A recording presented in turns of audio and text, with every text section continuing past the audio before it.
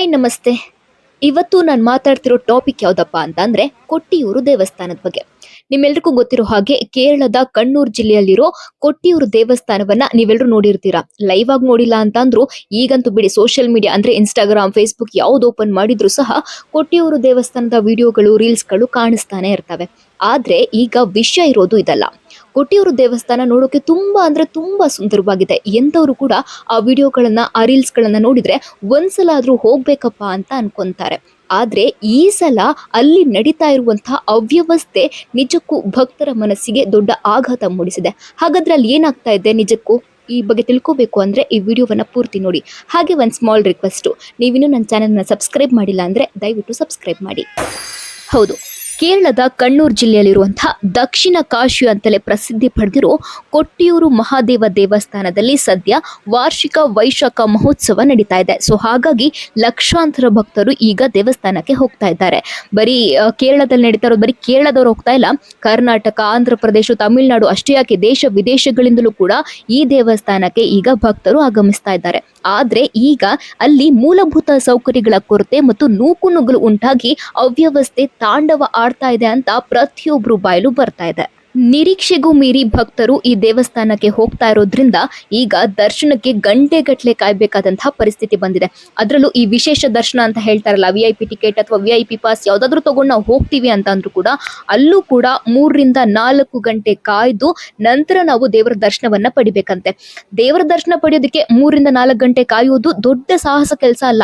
ಆದ್ರೂ ಕೂಡ ವಿಷಯ ಅಂತ ಅಂದ್ರೆ ಆ 3 ರಿಂದ 4 ಗಂಟೆ ಟೈಮಲ್ಲೂ ಕೂಡ ತುಂಬಾ ನೂಕುನುಗ್ಲು ಉಂಟಾಗತ್ತಂತೆ. ಅಲ್ಲಿನ ಸಿಬ್ಬಂದಿ ಯಾವುದೇ ಕಾರಣಕ್ಕೂ ಜನರನ್ನ ನಿಯಂತ್ರಿಸೋದ್ ಬಿಟ್ಟು ಜನರ ಮೇಲೆ ಧಮಕಿ ಹಾಕೋದು, ಜನರನ್ನ ಬೆದರಿಸೋದು, ಹೀಗೆಲ್ಲ ನಡ್ಕೊಳ್ತಾ ಇದ್ದಾರೆ ಅಂತ ಸದ್ಯ ಈಗ ಸೋಷಿಯಲ್ ಮೀಡಿಯಾದಲ್ಲಿ ಸಿಕ್ಕಾಪಟ್ಟೆ ವೈರಲ್ ಆಗ್ತಾ ಇದೆ. ಇನ್ನು ಇದಿಷ್ಟೇ ಅಲ್ಲ, ಈ ಮಹಿಳೆಯರು, ಮಕ್ಕಳು ಮತ್ತು ವೃದ್ಧರಿಗೆ ಕೂಡ ಕುಡಿಯೋಕ್ ನೀರಿಲ್ಲ, ನೆರಳಿಲ್ಲ, ಶೌಚಾಲಯದ ವ್ಯವಸ್ಥೆ ಕೂಡ ಇಲ್ಲ ಅಂತ ಹೇಳಿ ಆಕ್ರೋಶ ಕೂಡ ವ್ಯಕ್ತವಾಗ್ತಾ ಇದೆ.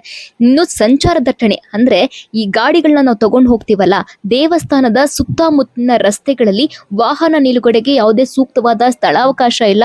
ಸೊ ಹಾಗಾಗಿ 7 ರಿಂದ 8 ಕಿಲೋಮೀಟರ್ ಟ್ರಾಫಿಕ್ ಜಾಮ್ ಆಗಿ 7 ರಿಂದ 8 ಕಿಲೋಮೀಟರ್ ದೂರದಲ್ಲಿ ಗಾಡಿ ಹಾಕಿ ನಾವು ದೇವಸ್ಥಾನಕ್ಕೆ ಬರುವಂತಹ ಪರಿಸ್ಥಿತಿ ಸದ್ಯ ನಿರ್ಮಾಣ ಆಗಿದೆಯಂತೆ.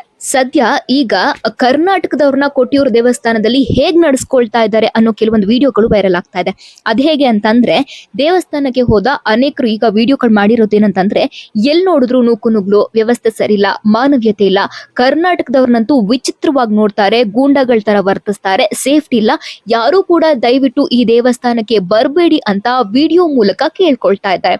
ಯಾಕಂತಂದ್ರೆ ಈ ದೇವಸ್ಥಾನಕ್ಕೆ ಬರೀ ಕರ್ನಾಟಕ ಅಷ್ಟೇ ಅಲ್ಲ, ಪ್ರತಿಯೊಂದು ರಾಜ್ಯಗಳಿಂದಲೂ ಕೂಡ ಜನ ಹೋಗ್ತಾರೆ. ಆದ್ರೆ ಈಗ ಅಲ್ಲಿ ಸದ್ಯ ವ್ಯವಸ್ಥೆ ಸರಿ ಇಲ್ಲ, ದಯವಿಟ್ಟು ಯಾರು ಬರೋಕ್ ಹೋಗ್ಬೇಡಿ ಅಂತ ಈಗ ಸದ್ಯ ಹೋಗಿರುವಂತಹ ಜನ ಈಗ ವಿಡಿಯೋ ಮಾಡಿ ಆಗ್ತಾ ಇದ್ದಾರೆ. ಸರಿ, ಈಗ ಕೊಟ್ಟಿಯೂರು ದೇವಸ್ಥಾನದ ಹಿನ್ನೆಲೆ ಬಗ್ಗೆ ನೋಡೋಣ. ಇದು ದಕ್ಷ ಯಜ್ಞ ನಡೆದ ಸ್ಥಳ. ದಕ್ಷ ಪ್ರಜಾಪತಿ ಶಿವನನ್ನ ಅವಮಾನಿಸಲು ಯೋಜಿಸಲಾಗಿದ್ದ ಯಜ್ಞ ಇದಾಗಿತ್ತು. ಇಲ್ಲಿ ಸತೀದೇವಿ ಯಜ್ಞಕುಂಡಕ್ಕೆ ಹಾರಿ ಜೀವ ಬಿಟ್ಲು. ಆಮೇಲೆ ಶಿವ ಸಿಟ್ಟಾಗಿ ದಕ್ಷನ ತಲೆ ಕಡಿದ ಅಂತ ಹೇಳಲಾಗುತ್ತೆ.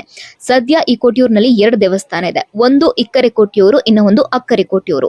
ಈ ಇಕ್ಕರೆ ಕೊಟ್ಟಿಯೂರು ಇದು ನದಿಯ ಒಂದು ದಂಡೆ ಮೇಲಿದ್ದು ವರ್ಷದ ಬಹುಪಾಲು ದಿನಗಳು ಇಲ್ಲಿ ಪೂಜೆ ಆಗುತ್ತೆ. ಆದ್ರೆ ಅಕ್ಕರೆ ಕೊಟ್ಟಿಯೂರಲ್ಲಿ ಇದು ನದಿಯ ಇನ್ನೊಂದು ದಂಡೆ ಮೇಲಿದೆ. ವಾರ್ಷಿಕ ಉತ್ಸವದಲ್ಲಿ ಮಾತ್ರ ಇಲ್ಲಿ ಪೂಜೆ ಆಗುತ್ತೆ. ಇಲ್ಲಿ ಯಾವುದೇ ಶಾಶ್ವತ ಗರ್ಭಗುಡಿ ಇಲ್ಲ, ಕಟ್ಟಡನೂ ಇಲ್ಲ. ನದಿಯ ಮಧ್ಯದಲ್ಲಿರುವ ಸ್ವಯಂಭೂ ಶಿವಲಿಂಗಕ್ಕೆ ಅಲ್ಲಿ ಪೂಜೆ ಆಗುತ್ತೆ. ಇಷ್ಟೆಲ್ಲ ಕೇಳಿದ್ರಲ್ಲ, ಈಗ ನೀವು ಕೊಟ್ಟಿಯೂರು ದೇವಸ್ಥಾನಕ್ಕೆ ಹೋಗ್ಬೇಕು ಅಂತ ಏನಾದ್ರು ಅನ್ಕೊಂಡಿದ್ರೆ ದಯಮಾಡಿ ಆದಷ್ಟು ವೀಕೆಂಡ್ಗಳಲ್ಲಿ ಹೋಗೋದನ್ನ ತಪ್ಪಿಸಿ. ವೀಕ್ ಡೇಸ್ ಅಲ್ಲಿ ಹೋದ್ರೆ ಸ್ವಲ್ಪ ಜನ ಕಮ್ಮಿ ಇರಬಹುದು. ಸೊ ಹಾಗಾಗಿ ನಿಮ್ಗೆ ಬೇಗ ದರ್ಶನ ಸಿಗ್ಬೋದು. ಆದಷ್ಟು ವೀಕೆಂಡ್ಗಳಲ್ಲಿ ಹೋಗಿ ಅಲ್ಲಿ ನೂಕುನುಗ್ಲಲ್ಲಿ, ಅಲ್ಲಿನ ಅವ್ಯವಸ್ಥೆಯಲ್ಲಿ ಒದ್ದಾಡೋದನ್ನ ತಪ್ಪಿಸಿ.